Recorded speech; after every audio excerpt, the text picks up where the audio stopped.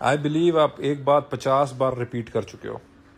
50 बार नहीं, 500 बार रिपीट करने की ज़रूरत है। ये बात जो पिवट एग्जिट की बात है, 500 बार रिपीट करने की ज़रूरत है। जितनी बात ये रिपीट की जाए उतनी कम है। और एक और कमेंट था इसी पे कि पिवट एग्जिट का मतलब क्या है। पिवट एग्जिट है क्या? पिवट एग्जिट वो पॉइंट है जहाँ पे पूरी दुनिया की इकोनॉमीज पिवट कर जाएंगी। जो युआन अभी चाइना का क्रैश हुआ ना, इसने सारी दुनिया की करेंसीज को एक्सपोज कर दिया है। और उसने जो पूरा फाइनेंशियल सिस्टम है जो डॉलर के यरगमाल है और डॉलर डिपेंडेंट है कम्प्लीटली, उसको भी इसने एक्सपोज कर दिया है। क्योंकि जितने भी मुल्क हैं वो अपनी करेंसीज को बचाने के लिए क्या करते हैं, या तो गोल्ड रिजर्व रखते हैं या ऑयल रिजर्व रखते हैं, या बहुत ज़्यादा ट्रेजरी जो यूएस की हैं जो बॉन्ड है वो ख़रीदते हैं। और ये तीनों चीज़ें अगर किसी के कंट्रोल में है तो वो अमेरिका के कंट्रोल में, अमेरिका के सेंट्रल बैंक के कंट्रोल में है। और अमेरिका का जो सेंट्रल बैंक है वो अमेरिका की गवर्नमेंट के भी कंट्रोल में नहीं है, ना उनकी किसी लेजिस्लेशन के कंट्रोल में है। इवन जो फेडरल रिजर्व जो सेंट्रल बैंक की पॉलिसी बनाता है वो भी एक इंडिपेंडेंट इदारा है। वो ट्रंप या प्रेसिडेंट या कोई भी कैबिनेट का बंदा है उसकी भी कंट्रोल में नहीं है। और सेंट्रल बैंक जो अमेरिका का है वो एक प्राइवेट इदारा है। पाकिस्तान का या किसी और मुल्क का कहीं का भी जो सेंट्रल बैंक है वो एक गवर्नमेंट का इदारा है, वो गवर्नमेंट के मातहत होता है और उसके हिसाब से काम करता है। और जो मुल्क की और जो लोगों की जो सलामती होती है उसके हिसाब से मॉनेटरी फैसले लेता है। आप ये सोचें कि दुनिया की सबसे बड़ी सुपर पावर उसका डॉलर जिसके ऊपर सारी दुनिया की पावर बेस कर रही है करेंसी की कैपिटलिस्टिक वर्ल्ड में, उसका जो बैंक है सेंट्रल बैंक जो डॉलर छापता है और जो उसका रिजर्व है उसको देखता है, और उसका अलावा जो फेड्स उसको मॉनिटर करता है, ये इंडिपेंडेंट इदारे हैं। सोचें आप, ये किसकी जेब में है? क्या कभी किसी ने ये पूछा है कि सेंट्रल बैंक को अमेरिका के ओन कौन करता है? तो ये जो पिवट एग्जिट है ये वो एग्जिट है जहां पे हम आ चुके हैं इस वक्त। आज की ये तारीख, अभी जो मैं वीडियो बना रहा हूँ, यहाँ पे आप मार्केट को उठा के देख लो। जब मार्केट 83 पे थी, 78 पे थी और 74,500 पे थी, जहां से बुल रूम के अंदर हमने लॉन्ग पकड़ा। आज 91,000 के ऊपर मार्केट है। और ये जो मार्केट यहाँ तक आई है, इस दौरान मैं आप लोगों को 50 बार बोला मैंने कि पिवट एग्जिट पे सारी हमारी नजरें हैं।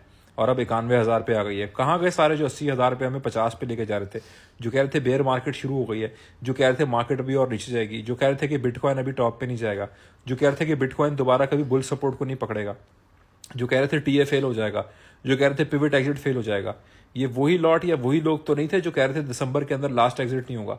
तो दिसंबर में जब मैं लास्ट एग्जिट 50 बार आप लोगों को बता रहा था या 500 बार बता रहा था, तो वो इसीलिए बता रहा था ना, ताकि आप लोग सेल करके अपनी जेबों को बचा लें प्रो ट्रम्प डब से। प्रो ट्रम्प डब जो आया है उसको अपॉर्चुनिटी की तरह हमने तभी बाई किया ना जब दिसंबर में लास्ट एग्जिट लिया। सबसे पहली और सबसे फॉरमोस्ट बात यह है कि इन सारी चीज़ों पे नज़रें डालने के लिए सिर्फ और सिर्फ एक ही ज़ात है जो हेल्प करती है, और वो अल्लाह की ज़ात। कि उसने इस काबिल किया और उसने ये मदद की और इस तरफ लाइट डाल के वो चीज़ दिखाई, अल्लाह का शुक्र है, जिसके हमें प्रॉपर अपने फाइनेंशियल फैसले हम ले सके। लेकिन मैंने भी किसी किस्म की कोताही नहीं की कि मैं आप लोगों तक कोई बात और ये पैगाम ना पहुंचाऊं।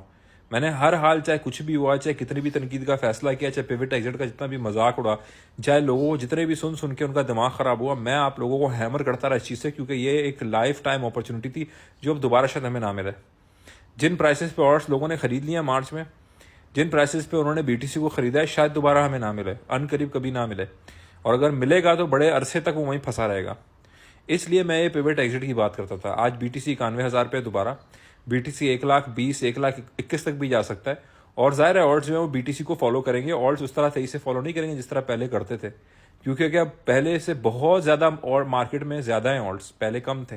तो मार्केट जब पैसा घुसता है तो वो डिस्ट्रीब्यूट हो जाता है बहुत सारे ऑल्ट्स में। लेकिन जो लोग होल्ड करके रखेंगे, जिन लोगों ने पिछले महीने डीसीए किया या अप्रैल के शुरू में किया या मार्च में किया या फेब में किया, कहीं भी खरीदा, इंशाल्लाह अब हमें अपने टीपीस का, हमें अपने प्रॉफिट का इंतज़ार है।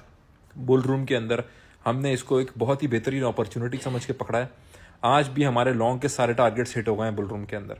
जो पिछले पूरे हमने हफ्ते से भी लॉन्ग पकड़े हुए थे, आज हमारे हिट हो गए हैं। चाहे पेपे हो चाहे पेंगू हो, इसमें हम लोगों ने लॉन्ग के टारगेट्स हिट किए हैं। नेओ में टारगेट हिट किया है। बीटीसी का हमने पहले से 89K का टारगेट दिया हुआ था, 83,800 से हमने 89K का बीटीसी का टारगेट दिया हुआ था ग्रुप में। ये ग्रुप मेंबर जिस चीज़ के गवाह हैं और वो यहाँ पे इन चीज़ों को कंफर्म कर सकते हैं, आपको बता सकते हैं। तो हम हिस्ट्री बना रहे हैं। आपने फैसला करना है कि आप हिस्ट्री की किस साइड में हैं।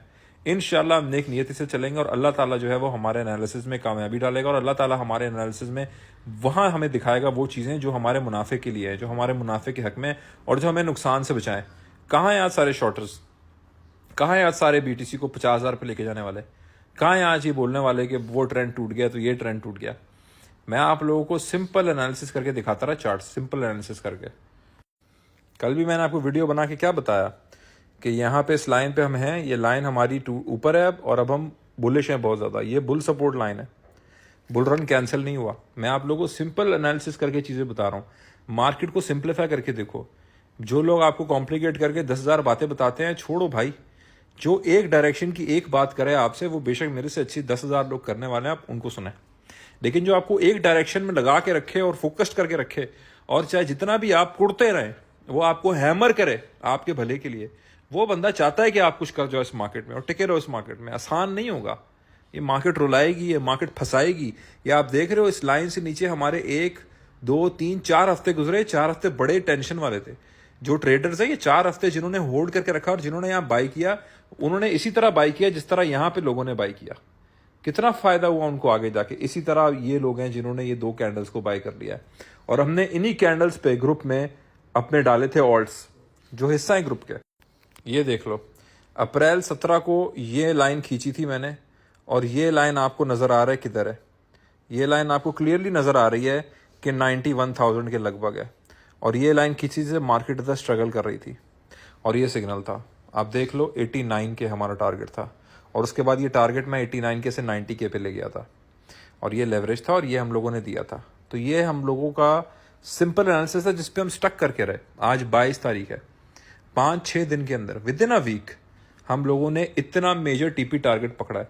ना ही हमने बुल रूम के अंदर शॉर्ट को अवॉइड किया, क्योंकि यहाँ पे बहुत लोग शॉर्ट कर रहे थे, ना ही हमने अवॉइड किया, बल्कि बार बार जब मार्केट शेकआउट करती रही, बार बार मैं अपने ग्रुप मेंबर्स को हिम्मत और हौसला देता रहा कि डटे रहो, टिके रहो। हमने शेकआउट में नहीं हारना, हमने शेकआउट पे नहीं हार माननी। डटे रहो, टिके रहो। 89 के हमारे टारगेट इंटैक्ट हैं। ये चीज मैं बार बार हैमर करता। ये देखें, BTC target still active and intact. ये देखें ऊपर, इंशाल्लाह हम बेस्ट ट्रेड करेंगे, we are doing our best, और लगे हुए थे हम साथ। ये देखें आप, ये देखें आप, यहाँ मैंने बोला टीपी टू 89 है, लेट्स शिफ्ट इट टू 90 के। ये टुडे की डेट डली हुई है, लेकिन स्क्रीनशॉट ये कल का है, ठीक है। ये आप देखें, ये 90 के तक हम टारगेट ले गए। हम डटे रहे। ये देखें, एनालिसिस कर करके लोगों को मैं बताता गया कि भाई ये एनालिसिस है, प्लीज। इसलिए नहीं कि ट्रस्ट मी ब्रो साइंस, मैं trust me bro science bull room में यूज नहीं कर रहा ना। मैंने कभी साल में, आप लोग जानते हैं, मैंने कभी ट्रस्ट मी ब्रो साइंस आपके साथ यूज नहीं की।